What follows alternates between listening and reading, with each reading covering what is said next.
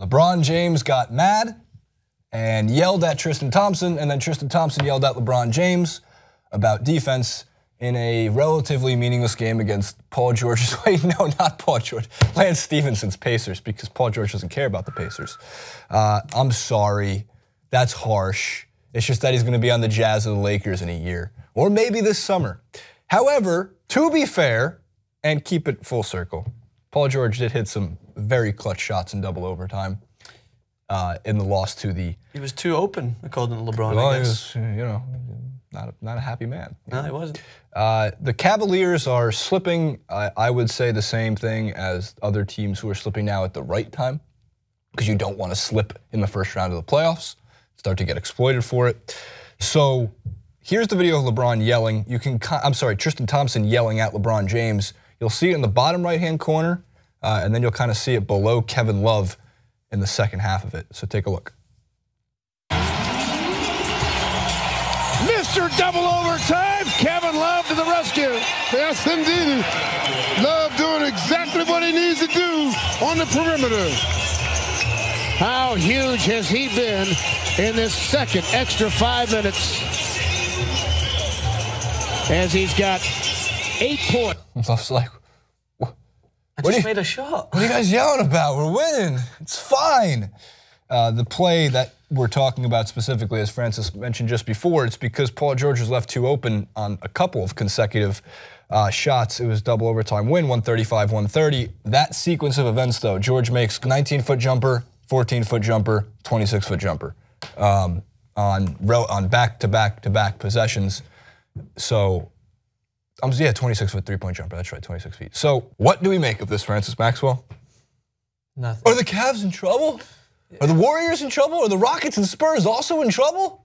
I just echo what Tyronn Lue basically did with the responses. I think he just like laughed and kind of got up and walked out the press conference with a one-word response. Like, it's just, if you've never played in a team sport environment, if I just plucked you from whatever you were in your life, this shell where you didn't watch team sports, say Glasgow, never played maybe, and then you just put you in to watch this game, and you just all of a sudden were like, oh my God, those two hate each other. Why are they on the same team? This is remarkable. And then when you soon realize, okay, that's not the way the world works, is that there's a lot of people that don't like each other on the same team, and you get into arguments and you get frustrated. And then if you win the game, it's forgotten about as soon as you get back into the locker room. But that's not the way it works, of course, in this media sphere, because it's LeBron James, and everyone loves to think that LeBron James is out there causing all sorts of conflict. Yeah, he's complaining. Yeah, he's yelling at his teammates. He shouldn't have done it, because now people are going to use that and be like, oh, there's some inner conflict there, and then maybe see it as a sign of weakness. But the way we fascinate and just zone in on everything that LeBron James does, because they think that he's trying to tear away from this thing that he's built, it's just embarrassing, and we consistently do it. Every single headline, LeBron James blows up, LeBron James causing problems, LeBron James get mad, Kourtney Kardashian, what's her name? Is it Khloe Kardashian, furious because LeBron James yelled at her man. I don't give a shit. If they won the game, I don't care. LeBron James did not go out there to deliberately try and cause any conflict. He didn't like the way things were going, and he got mad.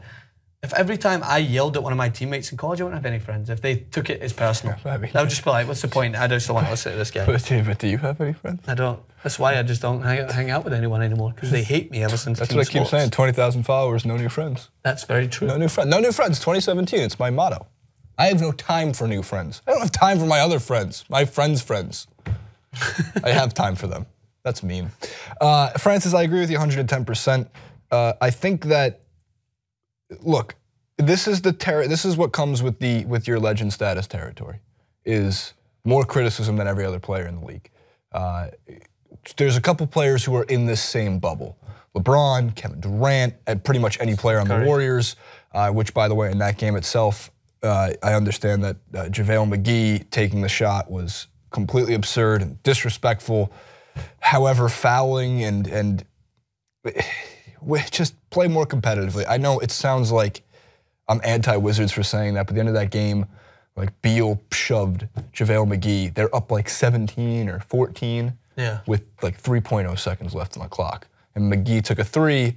Because McGee's a clown, we know that. And I don't mean a clown disrespectfully. I mean McGee is a clown. It's half a compliment, half a diss, I guess. So you got to know the territory you're getting in with. But certain players, not JaVale McGee, don't get legend status in the league, come in this bubble. And that's the media harping on you bubble, and it's talked about so much because that's relatively what people want to hear. Is, are the Cavs in trouble? They want validation for a team they don't like. If you don't like the Cavs, they want you to say, they want everyone to say, man, my team, the Celtics or the Wizards or the Pacers, they can do it. They can beat them in a series. The Raptors who are gaining steam. And the same for the Western Conference. So LeBron gets brought up a ton. But at the same time, at the end of this month, it's his season. The playoffs begin. And we're going to watch LeBron and Curry and hopefully Durant's back and James Harden and Russell Westbrook, hopefully in a series against each other, do everything on an even bigger stage where it seems to matter more.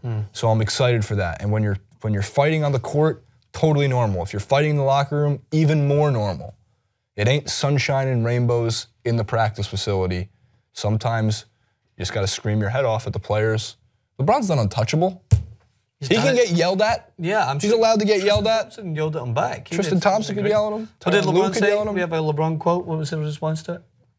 I'm going to take a shot at it before we go to it. I think it's something around the lines of, yeah, we yelled it out. You know, I'm sorry about that. You know, he yelled at me because I wasn't playing the best defense, something like that. Yeah, but it's fine. We're family. We're good. Take a look. What was the actual quote? I have to do a better job of not showing up my teammates out on the floor. I had the right intentions in my mind, but I had the wrong intentions come out of my mouth.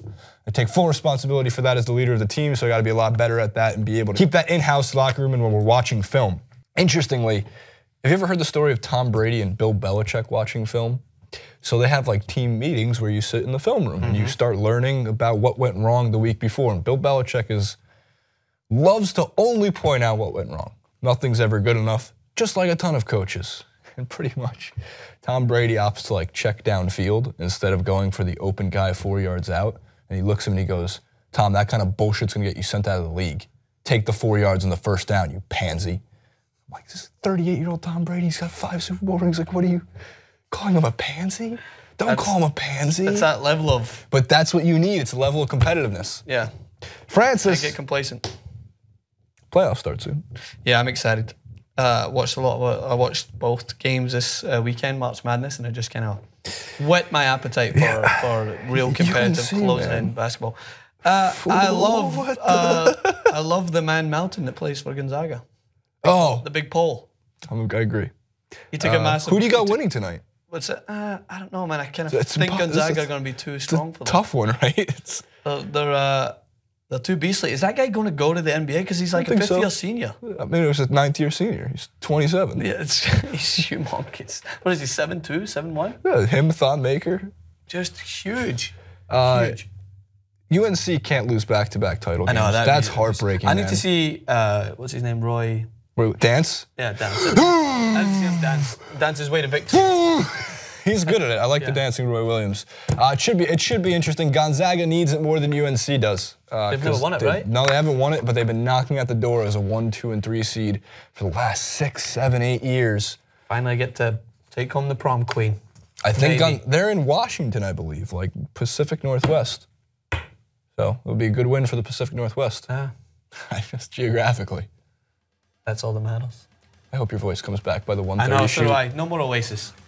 Comment below, like, favorite, and subscribe. Go to facebook.com/TYT Sports and the Young Turks on Facebook for Francis Maxwell breakdowns of whoever's pissing me off. Whoever's pissing him off.